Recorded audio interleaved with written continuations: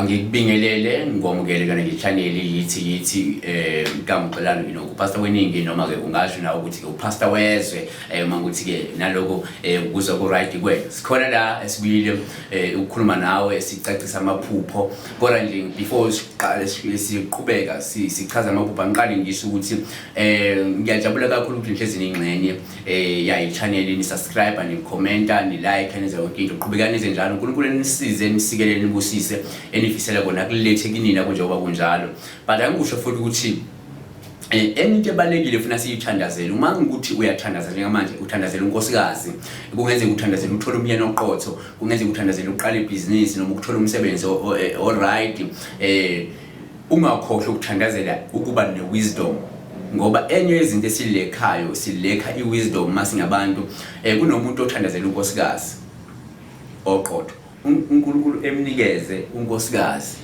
kodwa ngenxa yokuthi akanayo wisdom aqhubeke abuse misuse amuse lo nkosikazi agcina sahambile ngenxa yokuthi akanayo wisdom lo asanayo manje uyena yena la kade emthandazela uNkulunkulu emthandazela emcela kuNkulunkulu amthola umuntu upartner wakhe umlingani wakhe wesifazane becela indoda ithi sefikile aqhubeke abe namanye amadoda enayo le izihambe ngibabe ukuthi ubhizi namanye amadoda esayidini yabo ngenxa yokuthi asinayo wisdom ukuthi ayi lo sewuyena yini ngithandazela indoda nansi le iyona le uNkulunkulu akunikeze yona remember ukuthi uNkulunkulu angeke ucela indoda erich akunikeze indoda erich kwesisikhathi ngithandazela indoda erich akunikeze indoda erich but akunikeze indoda eqotho ezokwazi ukuthi ni build whatever empire ofuna ukuba nayo nobabili ingaqhamuki rich but uthola ukuthi nizobuilda that empire lizoba rich ngokubambisana nobabili because remember ukuthi iBhayibheli ichaza umuntu wesifazane njenge helper umuntu wesifazane nawe you are there to help ungeze ukuthola indoda engenamali but it is your responsibility to help that man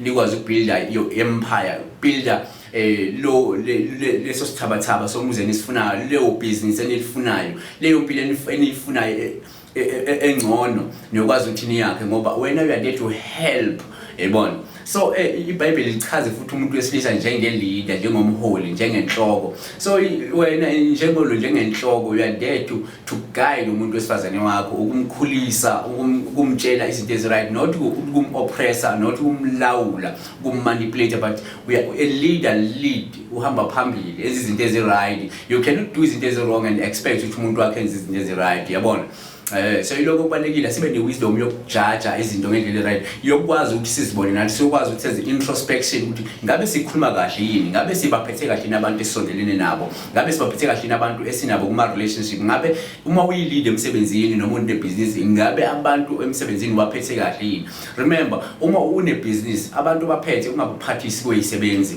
baphathisi kwabasizi ngoba abantu abakusizayo otherwise le business ngeke liye phambili without those people abakusizayo so kubaleka ukuthi baphathe njengabasizi bakho ubashoniphe baphathe ngendlela enezizotha ukuze nobakwazi ukusebenza bekhuthele angikho lapho sisela ekuthini sikhuluma ukuthi athina amaphupho sikwazi ukuthi sichazele amaphupho ngendlela right nawe ukwazi ukuthi ube nezincazelo ezibaleki enempilo kulawo maphupho owaphupha qale ngila sikhulume ngomuntu ophupha ehamba utshani lobuhlaza obuhle leli phupho leli uphawu lubike ngoba ninokuchaza sesiningi ukuthi kungenzeka ucishe wendela ke kwelamathongo asikhulume ngomuntu ophupha impupho emhlophe lapha ke lolu uphawu lwenhlanhla olusho ukuthi ithobo likubhekile linawe kanti asikhulume nomuntu ophupha abantu abadumile noma umuntu ophupha umuntu odumile uphupha usaziwayo uphupha umuntu oqavile emphakathini lolu uphawu lwenhlanhla futhi ungasho ukuthi ithomo lakho liziveze ngesimo somuntu odumile ngesimo somuntu ongasaziwayo ngesimo somuntu oqavile emphakathini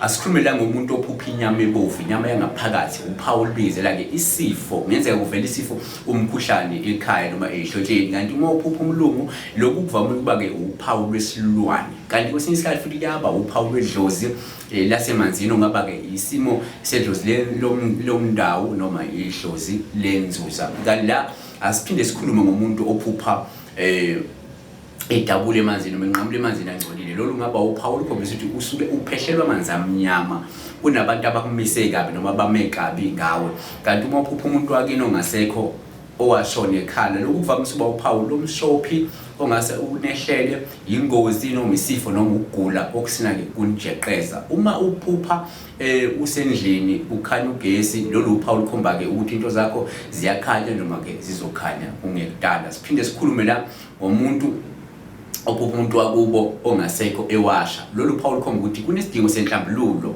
noma isidingo sokuthi kubeke inhlambuluko.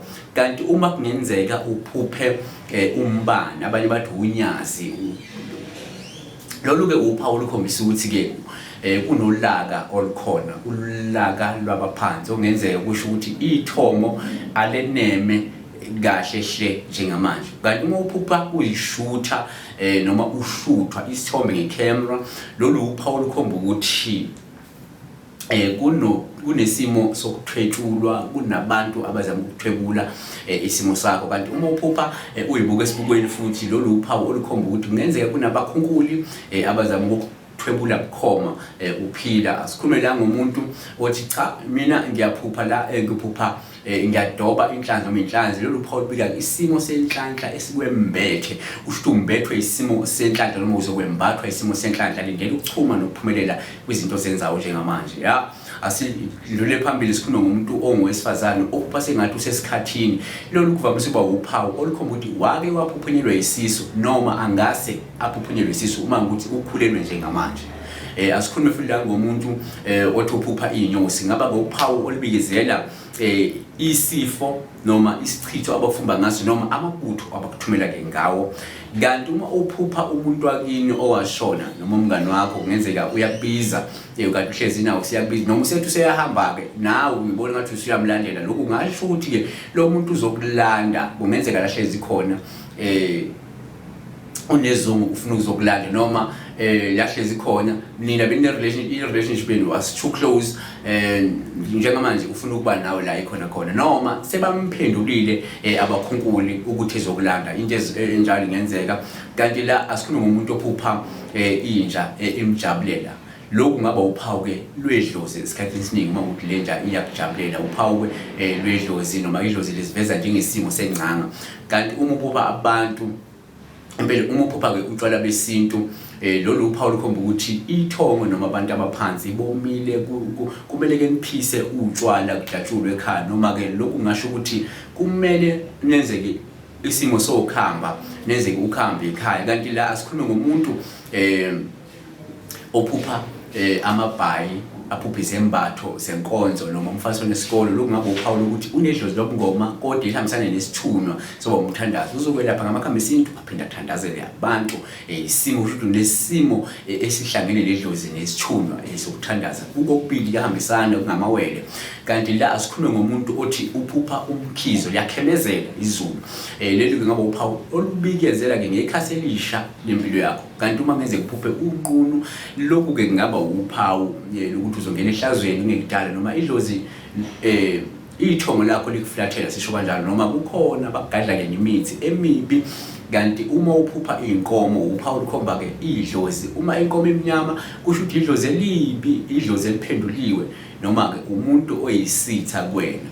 Kanti uma inkomo ibovu kungasho idlozi lobungoma elikwembethe. Uma ke inkomo emhlophe, lokhu kukhomba ke isimo senhlanhla onaso. Uma ke uphupha kulwa inkomo, mhlawumbe inkomo zohlobo oluhlukene, kungenzeka kulwa amadlozi noma amathongo asekhabo mawakho noma asekhabo baba wakho noma kulwa nje amathongo akina, sisho kanjalo. Kanti la uma kungenzeka umuntu ophupha indlotshani yakwagogo, indle urawundi, lolu uphawu lukhombisa ukuthi ke ithongo noma abaphansi bafuna ukuthi ke alibakhele phela okusanhlo noma indle yabo. Kanti uma kungenzeka uphupha impahla yasendlini, kuvama ukuthi kube uphawu lwesifo noma lwenhlanhla. Kuncika ngecontext, ngecontent yakulelo phupho ukuthi lisima kanjani. Kanti uma uphupha ingubo zokulala ezintsha sha, lolu uphawu lubikisela ngesifo. Kusho ukuthi kukhona ongahleke endele eqela amathongo noma kunomuntu ozulelwa amanqe. Asikhulume ngomuntu ophupha imvula enesiphepo noma enezikhukhula noma enezulu eliduma kabi. Uphawu lubike lolu kungasho ubuthakathi, ngasho bayagadla, kungasho ubunzima obuseza ozobhekana nabo empilweni. Kanti uma uphupha ijuba elimhlophe, lolu uphawu lubikezela inhlanhla enkulu ekwembethe noma ngahle kwembathe esikhathini esingengakanani. Kanti uma uphupha kwakho indlu uphothulwe ngokushesha, uphawu lubikezela isifo noma uphawu lwethuna kukhona ongase kuyaphambana nemvula emndenini noma ekhaya sisho kanjalo. Kanti uma ngeze kube umuntu ophupha etabalasa ehamba odakeni uphawu lumbi olukhombisa ukuthi ke umi ndawonye empilweni awunamnyakaza kuyeki phambili kalula izinto zakho zimile noma udonsa kanzima empilweni ngenxa ke yokuvalwa abantu ngenxa yobuthakathi. Kanti uma uphupha umuntu owashona engakhulumi uphawu olukhombisa lowo muntu loyo uvaliwe noma uphenduliwe. Uma uphupha ke uwenza ucansi uphawu lubi olungasho ke isilwane otetiswe sona noma isichitho ofunjwa ngaso noma ithunzi lomuntu wakho owake wazana naye mhlawumbe ongazange umlahle owashona. Kanti futhi kungenzeka kube yidlozi eliphenduliwe ukuze limise kabi izinto zakho kwezothando. Siyazi ukuthi lokho kungakuphazamisa ekutheni ama-relationship akho angalast, ama-relationship akho angihambi kahle uma kunalesi simo lesi sokuphupha njalo wena wenza-ke ucansi, njalo wenza ucansi kuvame ukube-ke uphawu olubi kwesinye isikhathi. Asibambe lapho amaphupho singethemba lokuthi sizoqhubeka siwalethe amaphupho silethe incazelo. Siyaphendula futhi na ku comment section uma ubuzile, siyazama ukuthi noma sometimes kungabi ukuthi siphendule, but siyazama ukuthi sisheshise ukuphendula khona lapho so that osingalindi ukuthi soze size sizochaza amaphupho la kumfanekiso oqoshiwe, kodwa sikuphendule khona lapha msebenzi ukuthi ukwazi ukusheshe uthole impendulo. Lifisela kona ukuthi uNkulunkulu uzokuletha nethi okubalekile ukuthi sibe nethemba nanokuthi sikhulume njengabantu abanethemba ngoba sisaphila sinethemba ukuthi kumnyama kangakanani siyazi kuzokusa. Babethu ngakho subscribe, ngiyabonga uNkulunkulu ubusisa.